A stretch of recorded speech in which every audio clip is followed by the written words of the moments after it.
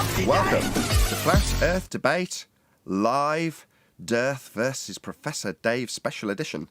I'm your host Nathan Oakley, and if you are new to this channel, or you've not done so already, then be sure to subscribe, hit the bell notification icon, and join button if you'd like to become a Nathan Oakley 1980 channel member and keep up to date with the Flat Earth Debate. If you would like to support the channel, there is a super chat that runs alongside each of these shows while they are live, and there's also a PayPal, Patreon, and crypto link in the info box below the video. Most importantly, if you'd like to join the discussion, simply mute the page you are currently watching, then click the link in the info box below this video to join the panel and express your views on the nature of Earth. If you do join, please don't swear. If you do, you'll be ejected, and if you are, please don't try to rejoin the stream using sock accounts. You'll be warmly welcomed back on the next stream.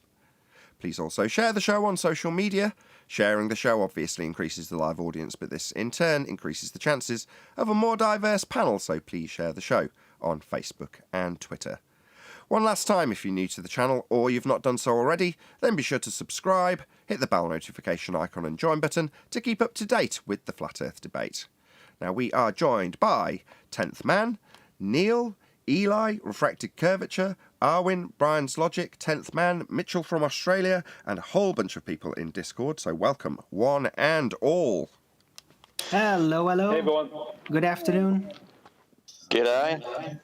Just G'day. for the record, I had nothing bad to say about the boss. Eli, you're getting docked in pay. I can tell you that right now. Yeah, no blasphemy. Obviously, there's people that have just tuned in live, so I might as well preface what's going on. So in the pre-show, and all night, I had messages constantly about Dave Weiss and his discussion with Professor Dave. Now, there's mixed opinions about how well Dave has done. All I am interested in is the commendation that Dave receives as a result of him actually going out there and doing this off his own back, in his own time, at his own detriment in this instance, if that is the case. But that is what we're going to be discussing for the most part. So we are going to forego housekeeping, unless this conversation dies on its arse within a few minutes.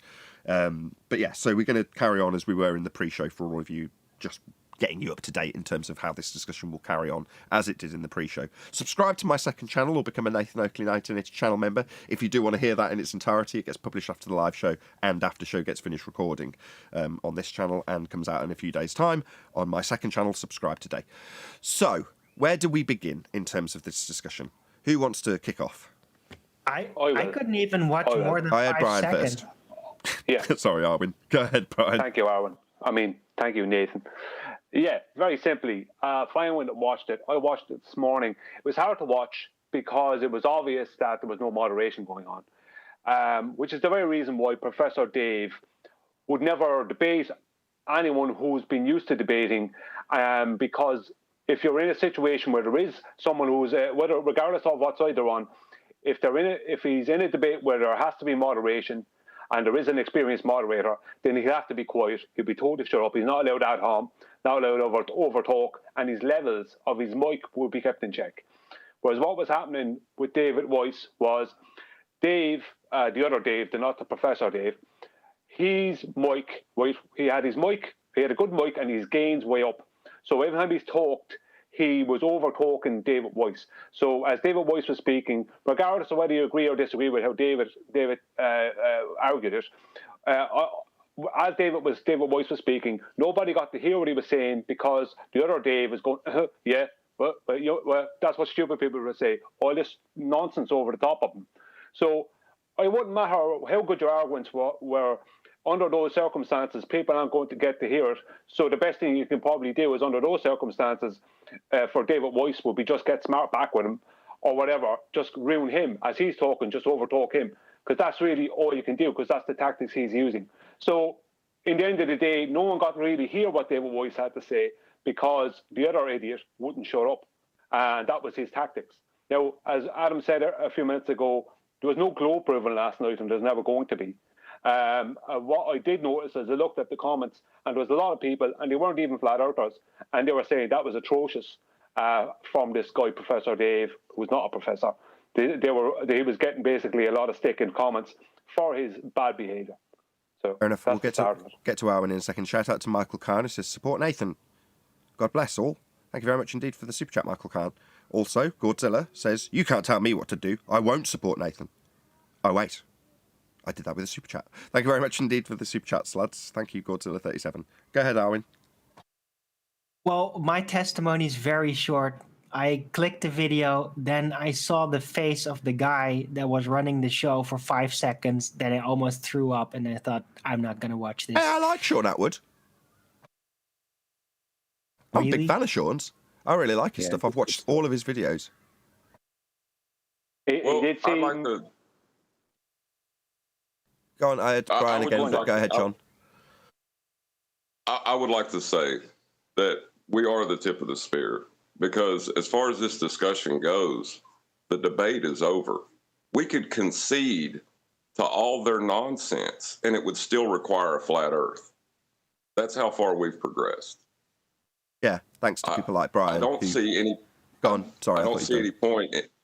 I was going to say, I don't see any point in getting upset with Dave for his first toe being put in the water and it being, attacked the way it is.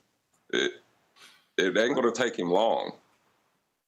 So I was making the point just as you were starting the show, Nathan.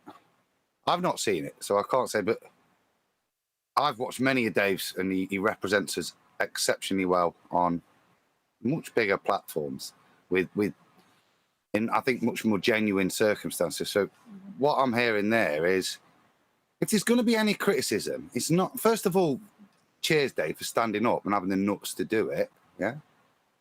So, but if there's going to be any criticism, it's not his defense of flat Earth. It's his technique, not having decent moderated debates, but his technique of how to deal with specific anti-flat earthers. And I think from what Brian's just said and what you alluded to, I think you said 10% of it, 20%, but it's first toe in the water of actually dealing with dishonest debaters.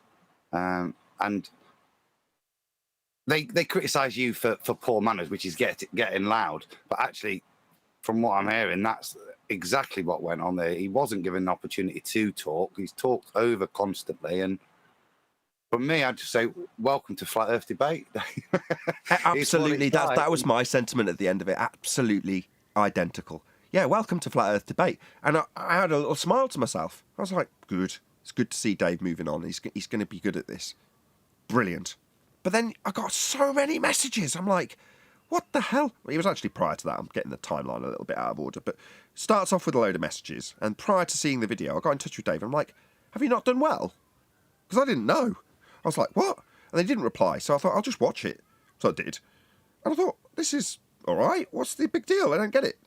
Yeah, he could have done better. But he's entering into a style of discussion that he's not necessarily that familiar with. And a lot of the things that he'll have heard us saying and potentially disagreed with internally, let's just say models as a specific thing, right? We bark on all day about, I'm not going to get held to task by some model you've ascribed to me. Well, in terms of, let's take it away from DITRH, let's use Mark Sargent. When I discussed it with Mark Sargent, he gave me all of his reasons for why he would prefer to keep hold of that model and utilise it as a tool for educational purposes for newbies into the subject. Well, that's a perfectly justifiable reason until someone slams you against the wall with it and puts you up against a false dichotomy. Now, you'll learn that with time, that you'd rather not be in a position defending something that you haven't validated and is a reification fallacy in the first place. But as I said in the pre-show, it's nice to know that Dave's got somewhere to go. It's not that he's just gone on a show and then, to the perception of some, done badly. And then, what's he going to do now? Hopefully he'll do better with the next guy. No, he can advance his arguments, significantly advance them, through us. Subscribe today. But what I'm saying is, he's got somewhere to go, hasn't he? You can imagine in your mind the next time him getting around some fundy obfuscation with a tactic or a technique he's learned from us. We can offer that. And I'm not going to be embarrassed or shy to say that we can offer that. I'm very proud of the fact that we offer that. And now we've got a reason to say, it's there for the taking, just got to pay attention. Listen to us talk about fallacies, maybe go back and listen to a few of the fallacy shows.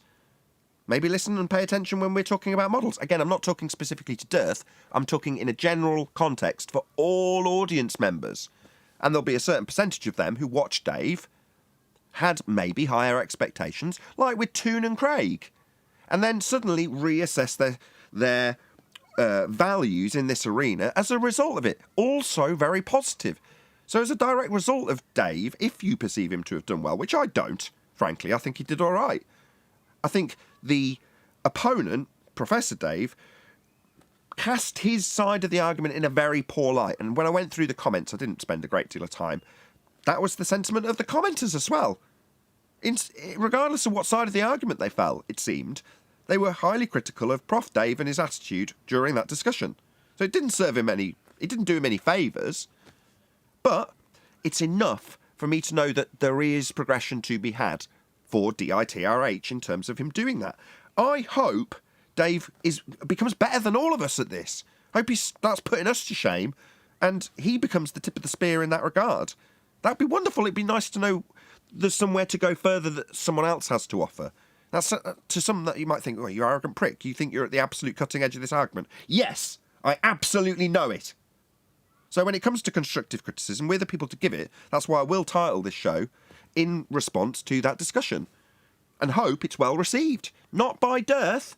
Dirth's a mate of mine. I talk to Dirth. But by anybody who's watching on the periphery that has an opinion. Anybody else? That was a big waffle by me. They're very, very different approaches. And like I said, I respect Dave for what he's done outside of this environment. He doesn't come here. But what he has been doing is going on shows and talking to people, explaining to people. Well, if you try and do that with fallacy-spitting anti-flat earthers, that's what they want. Genuine people that want to share knowledge. That's not how you debate an anti-flat earther. You got to tie them to their argument, yeah. And that, to me, is all that happened last night. Ouch! And like I said, welcome to flat Earth debate. But as you say, Dave's a highly intelligent man that's been at the front of this, promoting this topic. It's not going to take him long to learn technique of how to deal with very rude, fallacy-spitting anti-flat earthers. You can kind of tell that he's been listening to the show because of the spectroscopy argument he gave in the beginning.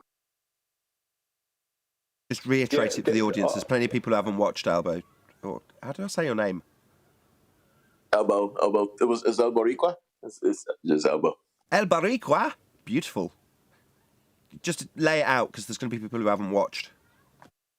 So the argument in the beginning, where the question was about gravity, and then he brought up the stars, and he said, "Well, can you tell what they are?" And Professor Dave said, "Well, spectroscopy, yada yada yada." And then Dave Wise answered back, "Well, spectroscopy measures the gas, and what are you measuring? What are you seeing? What are you measuring? The thing between us here and there, or the actual star?" And then Dave Wise, when in his tirade. Okay. What it was is that where Dave was going wrong is when you listen to David Weiss when he's explaining things to people, he'll go through 4 or 5 points really fast, and he's talking fast. But he was switching between that and trying to deal with the arguments that I'm just going to say Professor Dave. I know he's not a professor. I'm just going to say it because he calls himself that. That Professor Dave was putting forward, and he was trying to argue against the spectroscopy. Now, Professor Dave was not allowing him to do it. But where David Weiss was going wrong is he didn't have the right terminology. So because his terminology was slightly out, Professor Dave was jumping on him for that. But the truth be told, if one of us was there and we used the correct terminology, Professor Dave may not even, I'm not going to even say what it is because I don't want him to know, because Professor Dave may not even realize that's the correct terminology. So this is the thing about him. He was pretending to have knowledge he didn't have, and David Weiss was trying to switch between what he normally does and actually debate an anti-flat earther. We would have held Professor Dave to task on the very first statement he made for the whole debate, regardless of what came up. Yeah, we would have been. I agree. I just don't want that to be the comparison of the show. I'm really sorry to do this to you, Brian. It just happens to have fallen on you. Yes, from this point forward, let's just say it goes without saying, in the same circumstances, any one of us would have smashed Dave. for a whole number of logical fallacies he employed. You know, antipodal positioning, gravity, you name it, he used them all. So, yeah, I'm confident that all of us would have done a better job. That is not the point, and I don't want that to be focused on like we're comparing us to Dave. That's not fair. No, I'm not saying that. I'm not saying that. What I'm saying is that any one of us would have gone about it a bit different. But I must go back to my original statement, is that under those circumstances, I can't guarantee that even if I was there or anyone else was there, that my arguments or any of your arguments would get heard because they were being allowed to be overtalked and David Weiss was being allowed to be insulted. So when that is going on, what it is good for is it shows people why, Nathan, your show is run the way it's run, and why you have to sometimes mute these people, or QE might mute them inside, or Eli inside in a Discord, because otherwise they'll do their best to stop your argument from being heard. So I don't even know if my arguments would have gotten through. Just 1 second. Because of the way it was being run, but I just would have done it a bit different from Dave. But I don't know still if I would have kept my cool as well as Dave. I agree. Dave, in many respects, admittedly, he did throw a few ad homs back, tit for tat, but easily forgivable, because he kept his cool for the majority of the time. Excellent. And in terms of you saying that Sean Atwood isn't necessarily the best person to... I know you're not saying that directly, but you're inferring it, by not shutting people down when they're over-talking and not allowing the arguments to be heard. Well, Sean's an ex-con, and I once heard him describe prison mentality as being high school rules with deadly consequences. Yeah? Well, this is the same as we have here. It's just without the deadly consequences. Instead of deadly consequences, paradigm-changing consequences. But with high school rules attached. That's what we're dealing with. We're dealing in that similar sort of arena, which is why when I saw the connection between... I don't want to say fantasised, but daydreamed about exactly this scenario with Sean at the helm, because I think he's absolutely ideal because of his background. He knows how cut and, how vicious you can be in these sorts of arenas. And when it comes to, I said this a few shows back, changing an onlooker's worldview in a very real way, that's a pretty big deal. And it's not dealt with in an intellectual way. It's not dealt with on an academic level. It's dealt with in a high school way, isn't it? So seeing it happen and unfold on what could be perceived as a neutral platform is perfect as far as I'm concerned, because it parallels what we see all the time perfectly.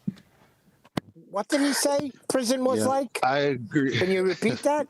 High school rules, or high school mentality, the behaviour of the inmates, with deadly consequences. That's exactly perfect. Perfect. That's exactly what prison is. Well, I agree with. I agree. I'm glad that you guys have given me this. Well, I mean, I guess I agreed with you guys because that was really my sentiment. I was just expressing it poorly and upset that. Upset that, again, it was moderated, or there was lack of moderation the way that there was. And I figured, dang, man, I wish, and it's not like Dave and I speak, or we've had one conversation in 24/7 in passing, but I would have said, hey, Dave, he's a staunch Glober and potentially an anti-flat earther. We don't know yet because we haven't exactly pressed him on the tenets of the globe specifically and the geometry and all of that, blah, blah, blah, blah, blah. So it's like, I wish I could have said, Dave, you can't speak to him like you do when you're interviewing people. This guy is going to try to throw the kitchen sink at you. And he's going to try to stop you from making your points, and he's going to try to reverse the burden of proof and all of these other things. And that's just something that nobody wants to see happen, especially when they like someone. And I like Dave, and I like the stuff that he does. So, but again, you're right. Where can he go from here? Only up. So it's interesting because of the caliber of people he can get in contact with. Who knows how good the next showing will be? It just opens the door for the conversation. I would like to give Dave some constructive criticism about his model argument, because I'm going to use it against Ken Hovind. And that's when they want to discuss models, they're always going to utilize a flat Earth model. So if they try to draw you into that false dichotomy, take their model away from them. First step. Because it's our model. It's a flat Earth celestial sphere. It's not a round Earth celestial sphere. That's what years over at flat Earth debates do. You when Brian said I wouldn't have argued it like this, all of us know that if we were going to deal with emissions, we go straight to spectrochocoloscopy, and we know the argument and what to do there. But that takes time and repetition. Fundamentally, to have that argument at hand and to keep them on track. And I don't think if that first, let's say I've not watched it, but I wouldn't be looking at it trying to score points. By the sounds of it, it wasn't a very good debate to kind of mark it on that criteria anyway. But fundamentally, what's happened is what's always happened. Ballers' inherent bad behavior and their prime argument being that we're retarded. And from the comments Nathan said he's read and stuff, that appears to have been received by both sides and noted by the neutrals. That's a big win for me. Yeah, it's now reaching the point where instead of it being a tiny little corner of us, the stupid idiots that nobody's aware of, being told how stupid we are by people who are obviously far more intelligent, and that's just accepted because we all know as a standard that they're far less intelligent than us. However, when you've got somebody that's trying to make a point and is consistently giving out information, this is Dave Weiss, and all that's happening is, no, you're an idiot, no, it doesn't work, over the top of it, people just think, why? The guy doesn't sound like an idiot, he just sounds like he's trying to get a point out and you're stopping him. Obfuscating the point. I mean, it's...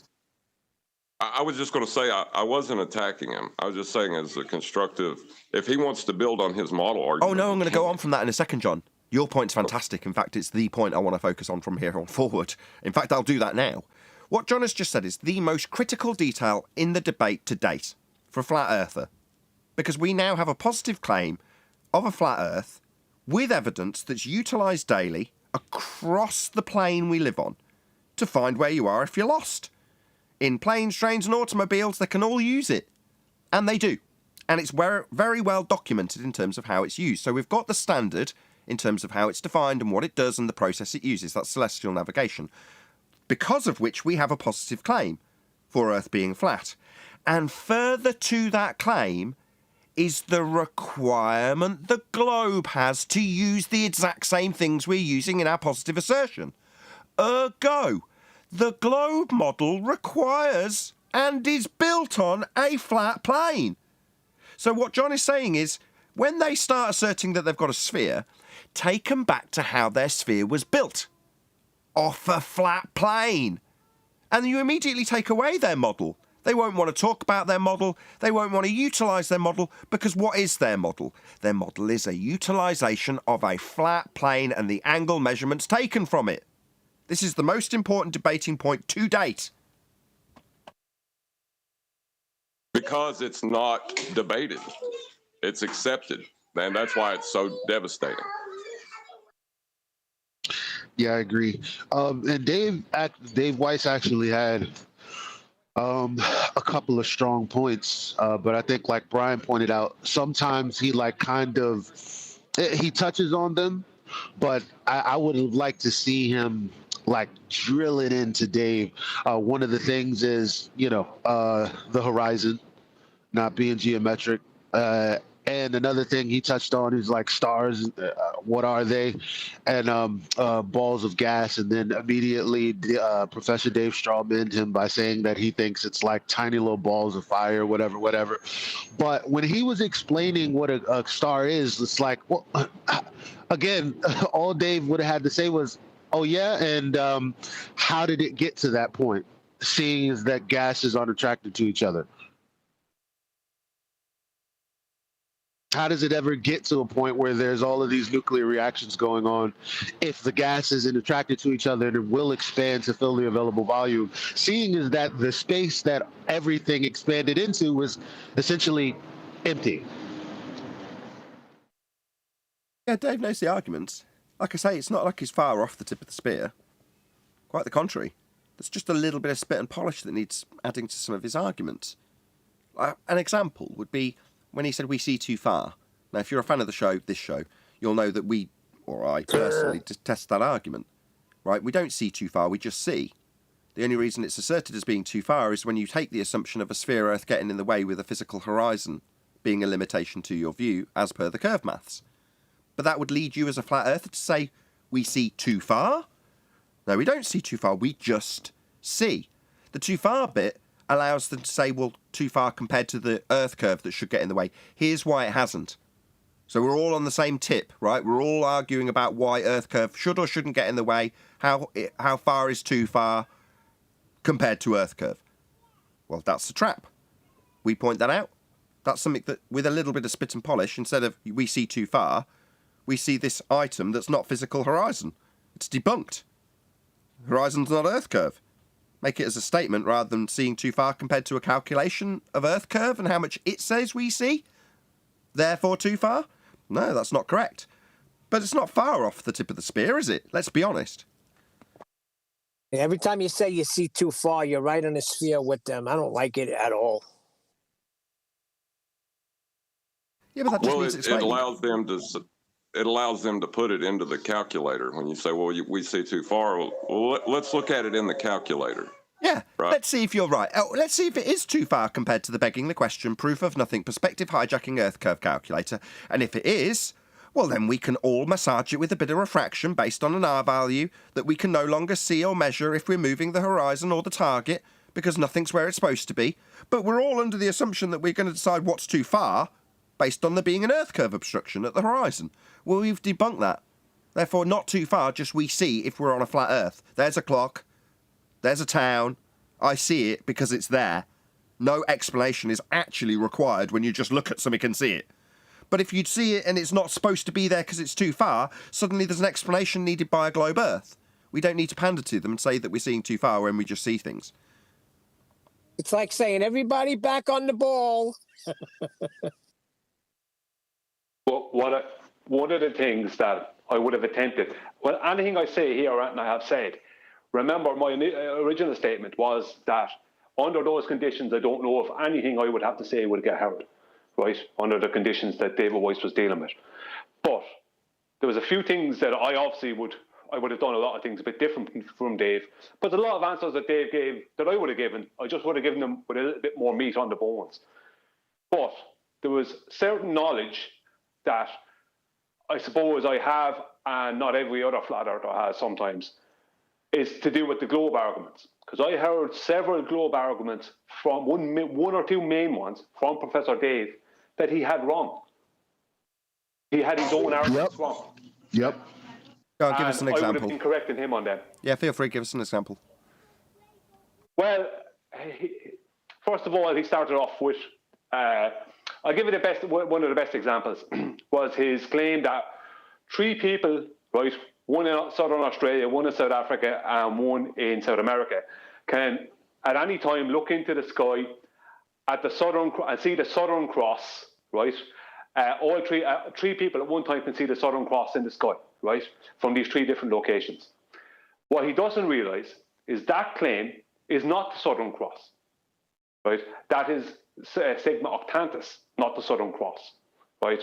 Number 1. Number 2, what he doesn't realise is that's only at a very specific time of the year that is claimed to happen. And number 3, it's a globe claim based on globe calculations, right? It has nothing to do with reality. And David Weiss actually gave him the correct answer by when he tried to say declination, but Professor Dave shut it down and attacked him on declinations to make it sound like it's stupid. Now, I would have attacked Professor Dave on his whole, before I ever got to declination, I would have attacked him on his whole lead up to that, because there are other things he said, and the fact that he had his claim completely wrong. He also said that because you can't see the Southern Cross north of the equator, which is total rubbish. You can see it in Texas, Florida, North Africa, Philippines. Right? He obviously doesn't know what he's talking about, even when it comes to his own claims. Okay, so the start of that claim by Professor Dave is the same as the claim that came from the Bitcoin claimant that was here last, which is to say that if I assume when travelling south that I will arrive at my destination antipode from where I began, then I will observe the stars as thus. I observe the stars as thus when I am antipode from where I started in the south, therefore I'm antipodal when I'm in the south. It's a begging the question fallacy on steroids, otherwise known as an affirming the consequent formal logical fallacy. If Earth a sphere, whoa. What do you mean, if Earth's a sphere? Don't start with the premise that you're trying to prove, point at something in the sky, and then say as a result of what I point at in the sky, I am correct in my assumption that I'm antipode from where I started. Now, a lot of people out in the audience have told me, when I disseminate this in the past, or frequently go through this actually, they don't get it. And it takes a few times for them to appreciate what is being laid out when I say it's an assumption that as you walk, let's just take it away from the scale that they use in the globe. Let's just take it to a scale of a mile. Yeah? I'm going to start at point A, 0, and there's going to be point B a mile away in a straight line. And I say, from point A, I look up at the stars and see this star at this time. And then go a mile away to the southern hemisphere, a mile away.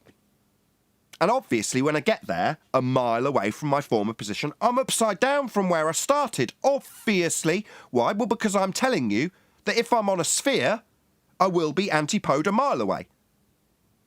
Why? Well, because I've assumed it. It's part of my premise. I know I'm trying to prove that we're on a sphere, but if I just assume it in the first part of my premise, I don't have to prove it, because we're already assuming it, aren't we? If Earth's a sphere is a begging the question fallacy when a statement starts with it. So if we're all under the understanding that we are definitely on a sphere, we can move forward with your proof. So long as we all assume that we're on a sphere in the first instance. No. I will not assume that when I travel to the south, having sat on a plane for a few hours and watched nothing happen that indicates that I'm upside down from where I started when I arrive, why would I have to assume that that is the case? I don't. But it's part of their fallacy, in this case, Professor Dave's fallacy, of antipodal positioning, in and affirming the consequent formal logical fallacy.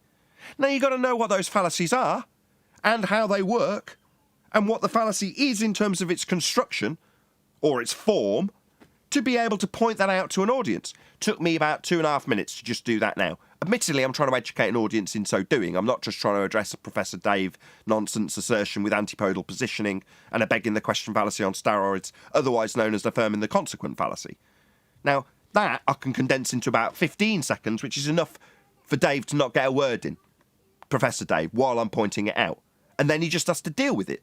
But that takes a long time to get to that stage.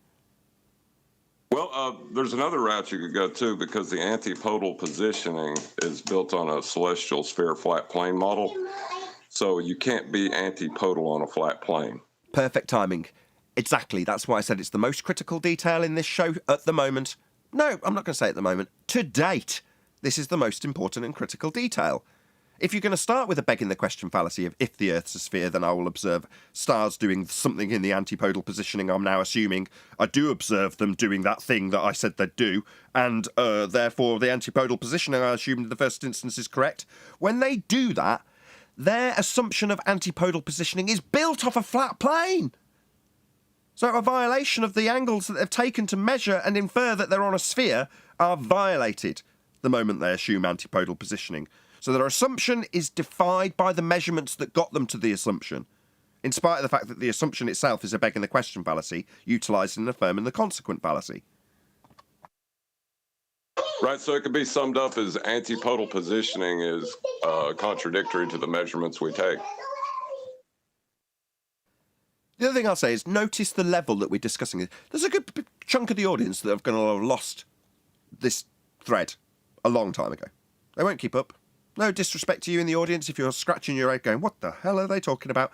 Yeah, that's because we're discussing Dave Weiss, who, no, he's not at the absolute tip of the spear, but he's pretty close. So when we critique him, or as we've put it, constructive criticism is given, we're sharpening an already very sharp tool, and if you're not close to that sharpness, you're not going to keep up. Dave will. He'll listen to this and keep up.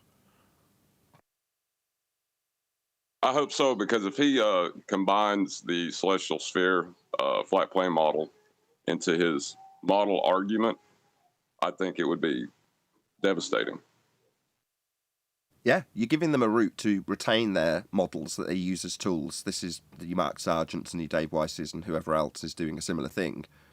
And just say, okay, well, when it gets stacked up and I want to retain my tool, I'll turn my tool into your globe model and point out how your globe model was derived from my tool. Excellent. Win-win. What I noticed is that the main tactics, besides over-talking, having his game turned up, and insults, the main tactics that the professor, not Professor Dave, was using was to attack and belittle Dave Weiss's arguments. So Dave Weiss was attempting to get his arguments in there, and it was being preempted by Professor Dave because David Weiss is not used to dealing with the type of tactics that Professor Dave has as much as we would have been. So the problem was when David was trying to say what he was trying to say, Professor Dave was preempting him and attacking his argument and making it sound stupid before anyone got to hear it. It's like attacking. It's like even when David Weiss asked him, he says, "Well, what David Weiss was trying to ask him when Professor Dave brought up spectroscopy was trying to ask him as well. What is define the difference between celestial and terrestrial spectroscopy?" But he didn't ask him that in that way. So Professor Dave attacked him on the way he asked him. It wasn't as concise as that. So that's what Professor Dave was up to. It was attacking any argument and preempting any response, from David Weiss. It's clever, but it's not smart. It's not wise, because people in the audience who were flat earthers, a lot of just normal people going, "What the hell is this? Like, this is not a good representation." Can I ask a question? Did he hand wave the 3-body problem? I was just reading in chat. Somebody said that. He did, I think. Professor Dave.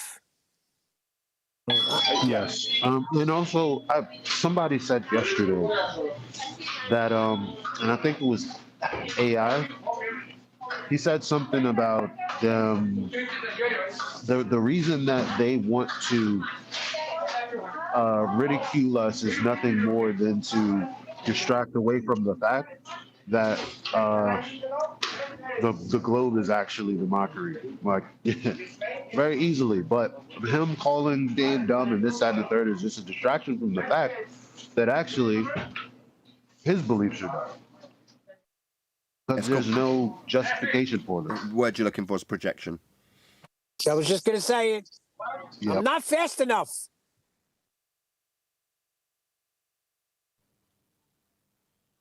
Yeah, so as I say, if you're not keeping 100% up with what we're talking about, it's because, at the high standard that Dave's already at.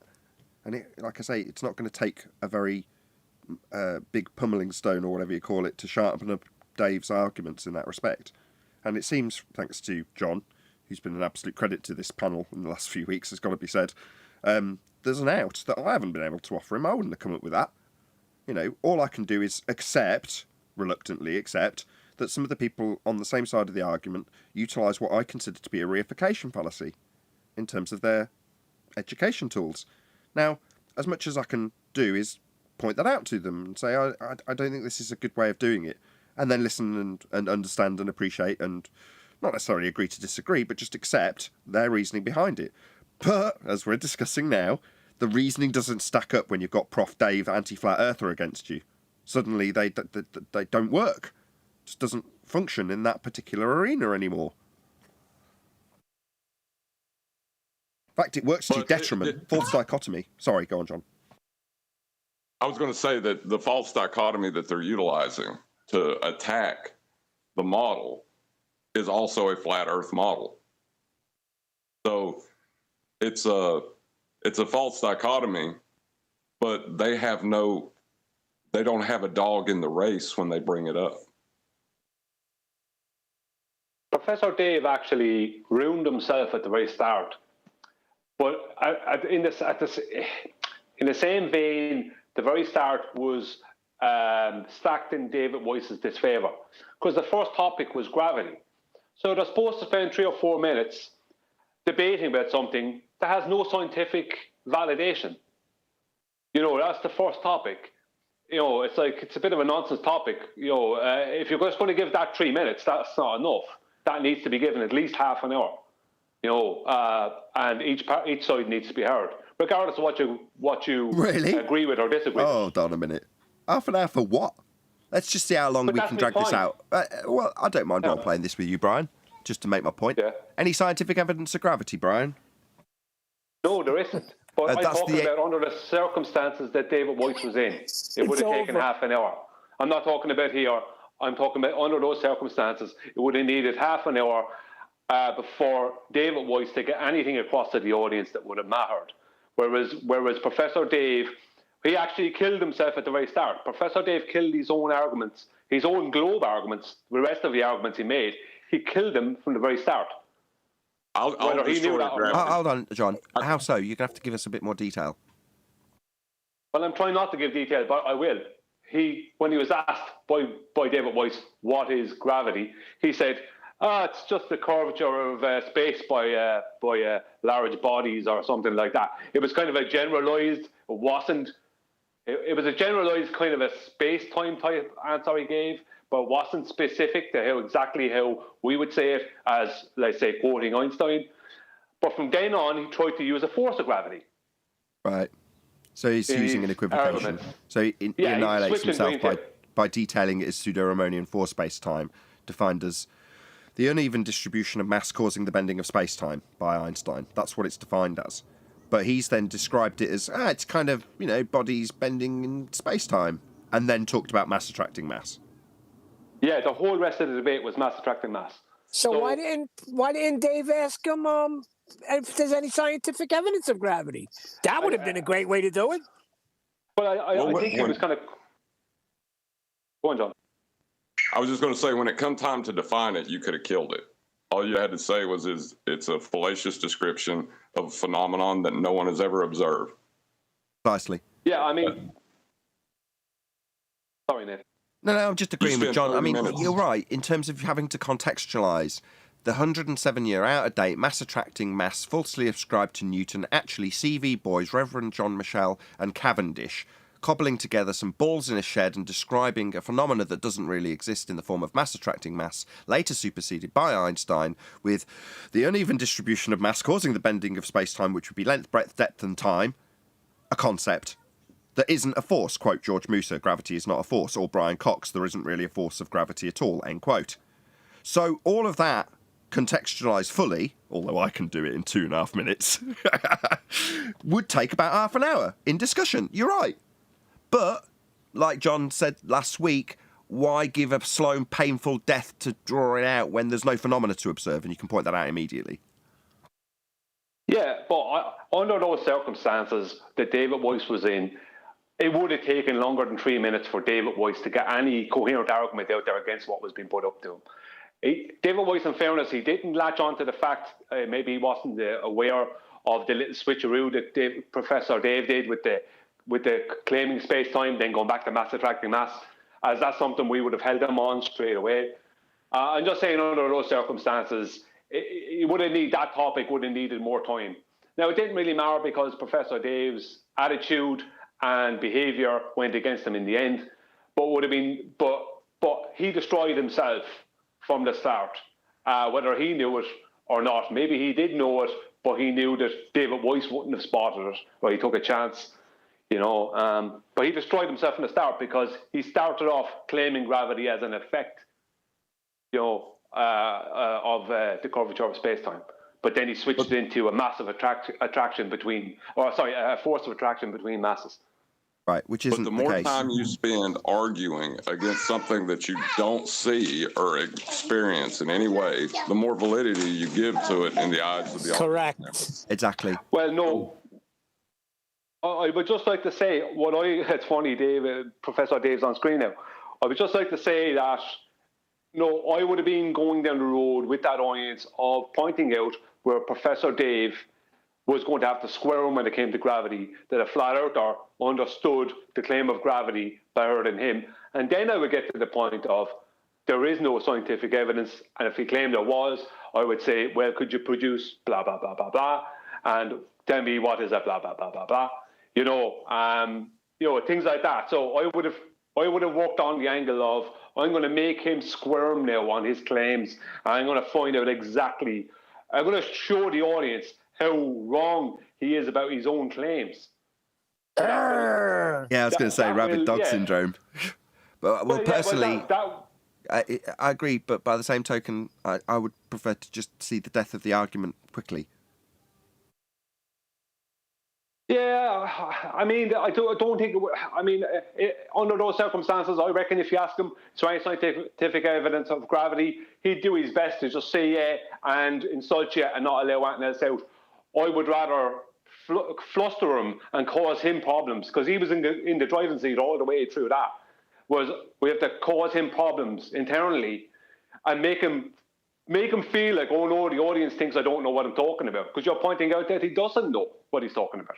Gotcha. So hold him to task on his claims that it's mass attracting mass, and then maybe say, well, how does that fit into pseudo-Riemannian force space-time bending? Or something along those lines. In other words, make him appear like he doesn't know what he's actually talking about, because he clearly doesn't. Or he does, and he's intentionally equivocated between the out-of-date mass-attracting mass force that is no longer a force, but you can think of it as a force when you describe the pseudo-Riemannian space-time, a concept, bending. Time, we don't experience time in a physical manner. It's not something you can bend or dilate. And the uneven distribution of mass causing a concept to bend is ludicrous. It certainly isn't a force. It's not even detailed in a claim to be physical manner when it's described in the geometry. Pseudo-Riemannian force space-time bending. What's pseudo mean? Sham space-time? Yeah, absolutely. Let's just summarise that in terms of people who might be listening and want to know, how do you actually defeat a gravity argument? If somebody asserts that mass attracts mass, point out to them that gases don't do that. When they say mass attracts mass, what they actually want to do is assert that there is an always in effect downward vector at 9.8 metres per second. That's gravity in their mind. After they'll detail the current up-to-date nonsense of pseudo-Riemannian force space-time bending. They'll describe it as an emergent force, when it isn't, that causes things to fall to the ground. Things don't fall to the ground. Some things go up. And it's not as a result of the gases around them going down, go boom, boom. Gases don't go down to force other gases up. All gases move in all directions, always, to fill whatever volume they've got to fill. That is gas behaviour. All vectors. So some things go up. Now, this is summarised when someone says, oh, well, we've got a force of gravity. Why aren't we floating away? Oh, well, my helium balloon just did, didn't it? Oh, well, that's because the gases around it are being pulled down. Oh, you think gases are created in the sky and fall like rain when they're in fact created at ground level and expand upwards? Look at that cloud. Was that created in the sky, or did it come from the water cycle and the gas going up? Absolutely annihilating this out-of-date by 107 years assertion that mass attracts mass. It doesn't. Further to that, your new hotness, that would be pseudo-Riemannian force space-time bending, that's Einsteinian gravity, isn't a force. It's a conceptual medium. So that's how you annihilate gravity. I was talking to someone the other day about it. Nathan was saying about the Earth rotating. Says like the air. You're saying me the whole air that's by the ball is moving as if it's in a contained system where it's not affected by the different volumes of space that the Earth is supposedly traveling through this giant vacuum. So if we're going through different volumes of space and the air around it is traveling as if it's not traveling because we're experiencing no rotation, no movement, no displacement. Yeah, air goes in all directions, but they're trying to say that it's going in all directions, but at the same time uniformly going in one direction. it's just everything about the model is counterproductive. And like you said, gas goes up, so we see all sorts of steam, any sorts of air going in all directions spontaneously. So now they're trying to say that's the reason they're displacing air going upwards. So it's counterproductive what they're saying, because it's spontaneously going in all directions. So obviously it's just not the mass, but the certain amount of material of things. They have a certain place where they stay. Gas molecules are the most independent. They bounce off each other. Like you said, matter doesn't attract mass, because when they collide, it creates kinetic energy and they're bouncing in opposite directions. If gas was, if mass attracted mass, they would clump together. Who's that, Tommy? Yeah, kudos. Yes, very well summarised. Other than the kinetic energy bit, no, there's elastic collisions. But other than that, absolutely correct. Okay. That was almost as slick a lyric spitting as your new video, Henchy boy. That's nicely summarised. On my music video, am I fighting? Which one? Yeah, the fighting one, the one with all the name dropping in the boxes. Wicked, bro. The channel's starting to do a bit well now. So I've got up to 1,000 subscribers now, so it's just finally getting a bit going. I'm going to start doing some sort of podcasts and that on it. But yeah, the fighting, I think it's I'm going in all on it and flat smacking all these Glovers. Flat smacking them with the fist. They all don't know. Like I keep saying how good I am at boxing, and they all keep undermining me. You haven't achieved nothing. You've got no credentials. Basically, like what they do, you've got no you ain't qualified. But I'm self-learned. Like you can learn more on the internet. Self-teaching yourself. If you apply yourself, I think like a lot of the flat earthers, for example, they say, "Oh, look, they're jobless and they've got no time." And basically, what it is, what they're saying is, you've got time to process information. They haven't. So when globers, most globers are just people that haven't had time to process the information. You know what I mean? They've just gone through school. They've heard what they've been taught. They've been taught that they don't know everything. They know that they can't rely on their senses, so they rely on the experts. And so it's just. Well, I've got my kind of point where I was going. So right, I can shout out a super chat, and you normally will remember. By the time I finish the super chat, you'll hopefully remember. If science doesn't prove things, then how can it be, quote, true whether or not we believe it, end quote, as stated by Neil deGrasse Tyson? I'll cover that briefly. So Neil deGrasse Tyson's utilising the magic trick of science in the heliocentric realm, which is to make up a just so story and imply that it has scientific validity. That's all Neil deGrasse Tyson with his magician waistcoat does. Imply that he's got science when he hasn't. Science, in reality, does prove things. That's why it's used in the magic trick. If you can infer that you have science, then the person you're telling that to will automatically, instinctually believe that it has been empirically validated, because that's what science does. Empirically validate. That's what experimentation does. So, if you don't have any experimentation, and you imply that you have science, and then just as a reminder, science is right whether you like it or not, you'll understand that when he says science, it's right whether you like it or not. In reality, he hasn't got any science, that's Neil deGrasse Tyson, but when he uses that magic word, you'll believe he does. He's actually peddling pseudoscience. That's why we have been saying for quite a significant period of time that we shouldn't fall victim to the same mistake and utilise pseudoscience to make our claims. It leaves us vulnerable to them just using and peddling the same exact trick and saying, well, this is the right science. That's the right science. Well, my flat earth science is the right science. No, your science isn't real science. My globe earth science is the real science. All right, is there any science in any of this? Let's have a little look. Step 1, observe natural phenomena. Anybody got any of that? Oh, look, check it out. Nobody's got a phenomena being observed. We've got a few little tests that are claimed to be done. Well, that would be scientifically experimentation. But tests on stuff that man have made, that's definitely not a natural phenomena. But we've got flat earthers and we've got globe earthers both peddling pseudoscience because they don't really know what science is. And they've got their own claims on the flat earth side that need this magic trick of science where it isn't really applicable. So, we're all vulnerable. We're all using the same magic trick and bullshit to claim that we've got something we haven't, which is empiricism, which is only offered, whether you like it or not, by science if you actually perform the method. Step 1, observe a phenomena. Something happening in nature. Not caused or made by man, that would be synthetic. Something in nature that occurs naturally that you want to know the cause of. You look at it, see it occur, and go, I wonder what caused it. Then you formulate a hypothesis. That would be, your effect that you observed in nature as your dependent variable, and what you believe will cause it, your independent variable, presumed cause of the effect. Now, that presumed cause of the effect will be validated by you varying it and seeing if it causes the effect you observed. If it does, you have validated your presumed cause in an experiment.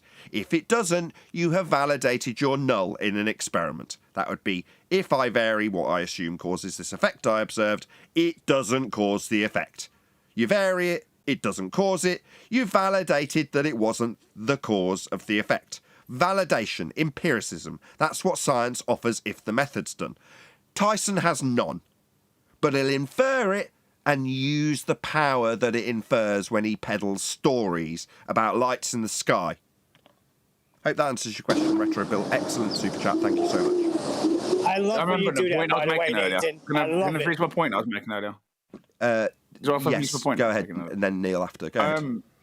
I remember saying it was something to do with people that basically do have time to process the information and have time to think about it tend to understand it better. And yet, most of the time, people that have more time to think about these things and study them on the internet are people that don't have full-time jobs or probably not as successful in or busy, maybe mothers that are at home. It's people that get a lot of time to get access to more information than that you've had since you've left school.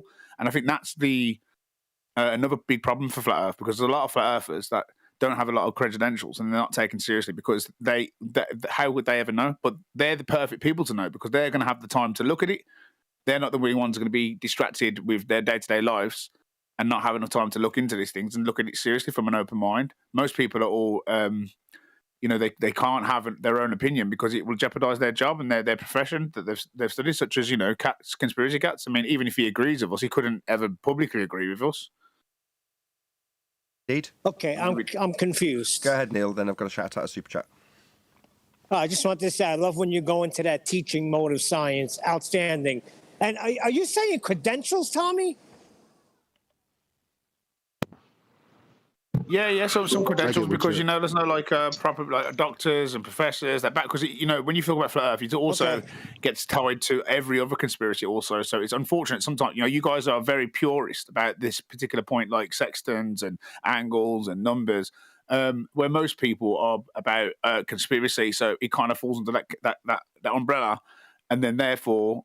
People then try to go, well, what credential people are actually saying the Earth's flat, etc., and what evidence have they got, so to speak? But you'd have to deep into the internet, such as here, or Discord, and stumble across this sort of people. But it's people locally around me knowing about quantum arrays have been approached by people saying they know Nathan as well around by my area too. So whatever you're doing, it's finally getting out there. But it's just very slow, and as you said, it's all prohibited because it's. Flat Earth, isn't it? Again, it's conspiracy, and it doesn't go well on the internet, does it? It's one of the fallacies that we use, Tommy, is to, are you a scientist? I could say I am, but it's kind of irrelevant what I do in my day job. Yeah, there's a claim on the table; it's being dealt with. You can use science, or you can cite stuff, but to link whether I'm a plumber, a builder. A chemist or whatever is kind of irrelevant, and I think you made a good point. It's not about your day job; it's whether or not you've got the hours in to look into it. Yeah, look, I know that. Of course, I know that, and like myself, I don't underestimate anybody. And even for example, with Nathan, he was extremely aggressive with me when I first came on the scene, and rightly so. I was completely deluded, retarded, fucking right. Hold on. No worries. I just don't want to get into a summary of your history through Flat Earth. Sorry, Tommy, because we're nearly at the end of this live show. I just want to do a few shout-outs to Super Chatters. So, shout-out to JK, who says, I know it's not your prerogative to debate elsewhere, but could you please go out and crush this clown? I assume you're talking about Professor Dave. For all of us, we need proper representation. Okay, well, this is a slightly disappointing Super Chat to have to answer. Firstly, thank you very much for the Super Chat, JK. This channel is set up to make a living for me, and that is predominantly all I want to do. I want to be a successful YouTuber, first and foremost. That doesn't mean to say that I don't love the subject. Further to that, I have set up what I consider to be a hub of education. This show, if you scroll down into the comments and look at what I have listed this show as, it's education. What I really want is Dave Dave Weiss. That person, I know he's being used in a specific example and been discussed all show, but I'm going to focus on him as an individual to say he's the guy I want. What do I mean by that? I mean, he comes and listens to the discussions, the debating points, and sharpens up his own argument. So he goes out into the wild, wild west and disseminates that information in the best possible fashion. I'm but one man. Now, what I can do from here is disseminate the information in what I perceive to be the best possible way. Obviously, I've got control of the show when there are fundies here, so it means I can control how the information's disseminated. Now, I know my opponents hate that. Yeah? They bleat all day about the mute button. I don't care. Doesn't faze me one bit, because all I'm trying to do is disseminate the information in the best possible way. Sometimes I'll lose my temper, sometimes I won't perform as well as I would hope in terms of that consistency. Doesn't matter. It is being offered and the channel's growing. From that perspective, praise DITRH for doing it also. And hopefully, maybe he's got his best arguments from here or from wherever. It's not relevant. Wherever he's got them from, he's acquired them, refined them, and may refine them further, and then gone out and disseminated them. I could do that, and I could one at a time it with other shows. But I'd rather utilise what we've got, and I hope that's the reason my panel hang around, despite me telling them off. My wife was telling me off yesterday, by the way, guys. She had a right go at me for what I said to you. Anyway, that aside, I want that to branch out, and I hope everyone on the panel wants that too. They want the information to be formatted consistently so that it's understood by an audience so they can disseminate it elsewhere. That's the best I feel I've got to offer. Now, could I go out and debate Professor Dave? Yeah, but as a YouTuber, first and foremost, I just want to be paid. That's the bottom line, and I'm sure Brian will back me up in that. You know, I want to make a living here. Now, that living will benefit the Flat Earth community if they choose to take in the information that is useful for them in debate. Or not. That's up to them, but I'm not going to twist anyone's arm. And as for me wanting to proactively go out to Dave, Professor Dave, I don't want to. That's the bottom line. I don't want that. That's why I'd want to be paid, and for all the reasons that Brian originally raised. Why would I want to sit through Professor Dave telling me that I'm an idiot for 2 hours? Unless I'm getting paid, no thanks. Here, if they start doing that, I will shut them down, point out how their argument's flawed, and call them an idiot based on the fact that their argument was flawed, not an ad hominem attack. That's what I can and do here to make the information more prevalent, to disseminate it to as many people as I possibly can. And I don't necessarily know that I would do even as good a job as Dave did with Professor Dave. Who is to say that I would do better? You don't know that. You hope I would. While I'm producing my own show and I've got the control of everything at my fingertips, doesn't necessarily mean that I would. You'd hope so. I would hope so. But I don't think that's where my place is. Go on, whoever that was. I've got a few more super chats to read out. I just wanted to say that that the idea of going out and debating on other people's platforms, I have put out a challenge to Ken Hovind. He said that a model had to be, you had to choose a model to debate with him against. I've done that. I met his stipulations. Now I'm just waiting on his response. Cool. So it's out there if anyone wants to chase up Kent, who insists on having a reification fallacy to debate within. I'm just going to do a couple more shout-outs. Shout-out to Retro Bill, who says, thanks for the comprehensive answer, Nathan. Definitely worth another $5. Oh, wow. Thank you very much. Retro Bill, really appreciate the support. Also, shout-out to Sleeping Warrior. It's addressed to somebody else. I'll do my best to paraphrase it. Sleeping Warrior says, Prof. Phil Bell, calculations that a 10-kilogram pumice stone dropped directly above the Mariana Trench will get to the floor in about 40 minutes. Pumice floats on water. Yeah. Well done, Phil. Very good. Any more rounding out comments in regards to DITRH versus Professor Dave before I ask everyone to stay tuned if they're watching on an after show? I have one closing comment that might have. Go ahead. Yeah, it's that there's no need for you or anyone else to go after this Professor Dave. He's done his own disservice to himself, because anyone normal listening to that was disappointed with him. You know, they expected more from a professor than that attitude. So there's no need for anyone. Like, he's not important enough for that. You know, there's a reason why he doesn't hang around debating flat earthers in Discord or coming onto this show or whatever over the years. There's a reason why he didn't have all those debates. It's because he has one angle and he's working off of that. He's debating people that he knows he might have a little bit more knowledge than or have better tactics than. But all it takes is for him to be caught one time. And after that, his whole professor status looks terrible. But which would happen to him if he started debating people more often. But he doesn't. He picks the debates with people that suits him to debate, that he thinks he can use the tactics against, blah, blah, blah. You know, so, you know, that's the thing about Professor Dave. He was fine about debating David Weiss because he knew basically that David Weiss wouldn't spot the tactics he's using as fast as someone else who's used to debating on Discord or something would. You know, so that's why he did it. So there's no need to go after Professor Dave. He basically ruined himself because he made David Weiss look like a good guy. Anybody else got any comments? Like to add, yeah. I Go ahead. mean, you raised the point, and I'll defend you. You know, why would you want to go and suffer what Dave had to put up with? And they have no respect. This forum's here for them, and they might criticise the way you taught them, but I'll remind them that you are the moderator here, and they still attack you like that. You know, so their behaviour, and like I said, I think if that was seen by the majority of the audience, flat or ball last night, that to me is a great win, irrespective of how the arguments went, because nobody proved the ball. But if people are realizing that fundamentally a baller's argument against us is to call us retards, then that's a big win for me. Well done, Dave. Cool. Yeah, I'm going to give him big props at the end when I round out. But anybody else? Yeah. I was just going to say to you, well, to everyone actually, just like you super chat the people that whose content that you support. When professors or people go to have conversations with other people on their podcast, there's a good portion of them that are paid. People that go on Joe Rogan's, they're not going on there for free. Like, they're paid for their time, effort, and influence.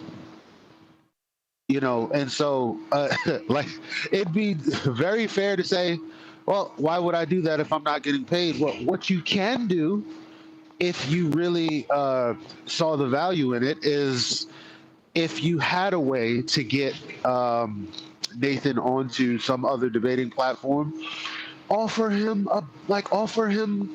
something for his time. Yeah, money.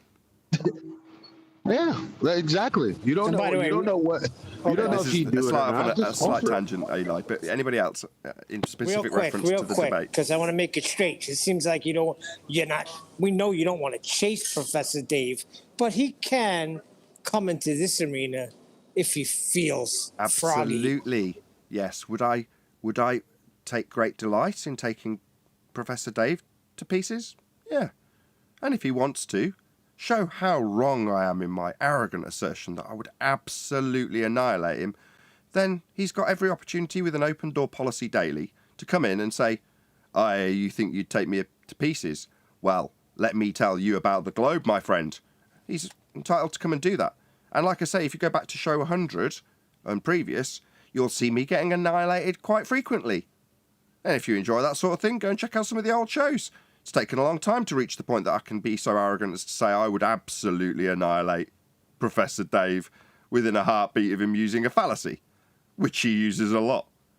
But is there any other comments in terms of DITRH and Professor Dave? Maybe from Discord? If you're putting that challenge out, Nathan, I'd happily moderate that debate. Would look forward to listening to it. Indeed, but specifically with reference to DITRH and Dave. Yes, David Weiss needs to now also start charging a fee for going onto anti-flat earther platforms.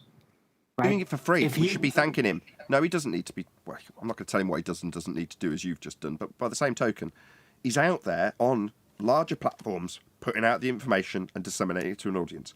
That is commendation worthy. That's worth commending him for.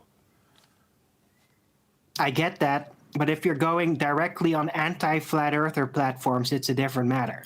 You shouldn't, not without a feed. Why are you telling me what he should or shouldn't do? I think it doesn't matter because, you know, wherever you go, you're still spreading the truth. You're planting that seed anywhere and everywhere.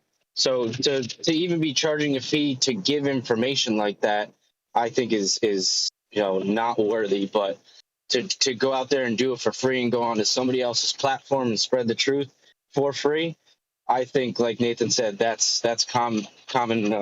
That's worthy of you know, just the information itself.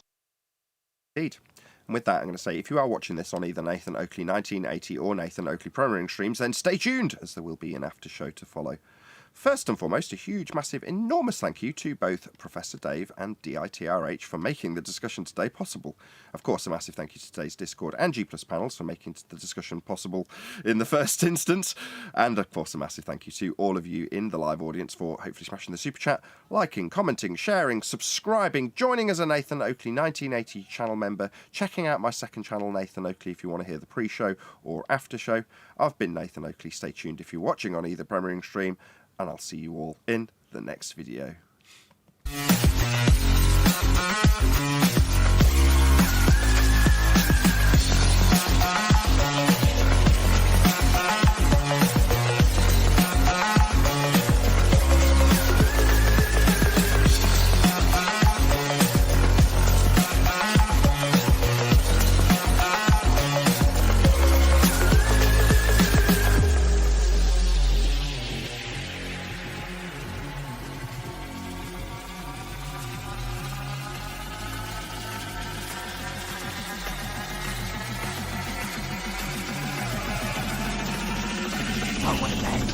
What a lovely day!